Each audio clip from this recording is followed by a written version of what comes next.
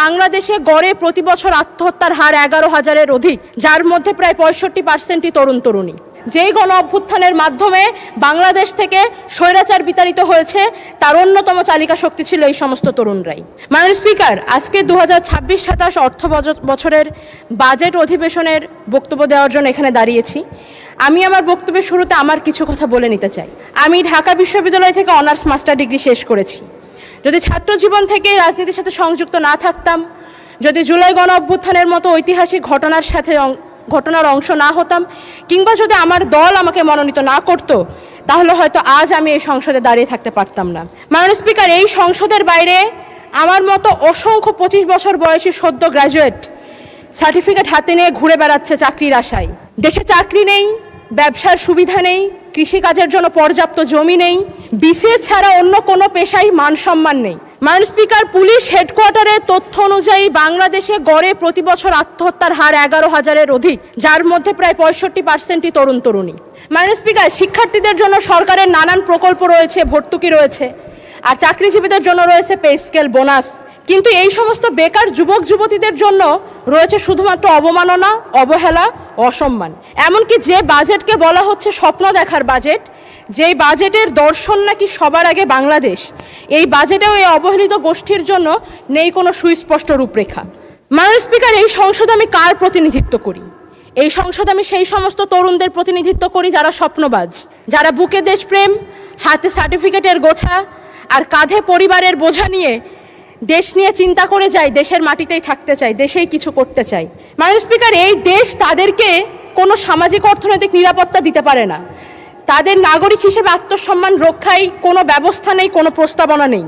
মাননীয় স্পিকার, আজ জাতীয় সংসদে বাংলাদেশের প্রধানমন্ত্রী উপস্থিত নেই। আমি শিক্ষিত বেকার তরুণদের প্রতিনিধি হিসেবে আপনার মাধ্যমে মাননীয় প্রধানমন্ত্রীকে অনুরোধ জানাতে চাই, আলোচনা সমালোচনার বাইরেও সত্যি সত্যি কাজে লাগবে এরকম কিছু নিয়ে আসুন।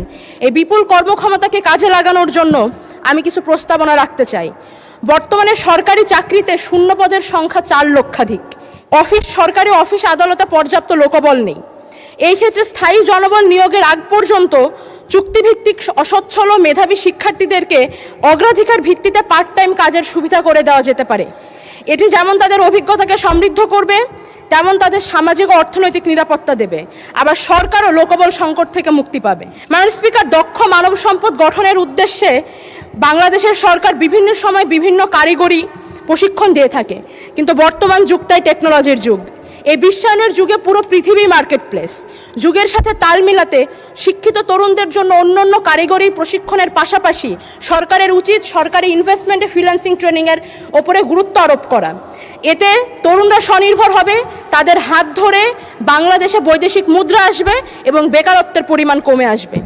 আমি অনুরোধ জানাবো এই সমস্ত শিক্ষিত বেকার তরুণদের কথা গুরুত্বের সাথে মাথায় রাখার জন্য, কারণ আমাদের ভুলে গেলে চলবে না যেই গণ অভ্যুত্থানের মাধ্যমে বাংলাদেশ থেকে স্বৈরাচার বিতাড়িত হয়েছে, তার অন্যতম চালিকা শক্তি ছিল এই সমস্ত তরুণরাই।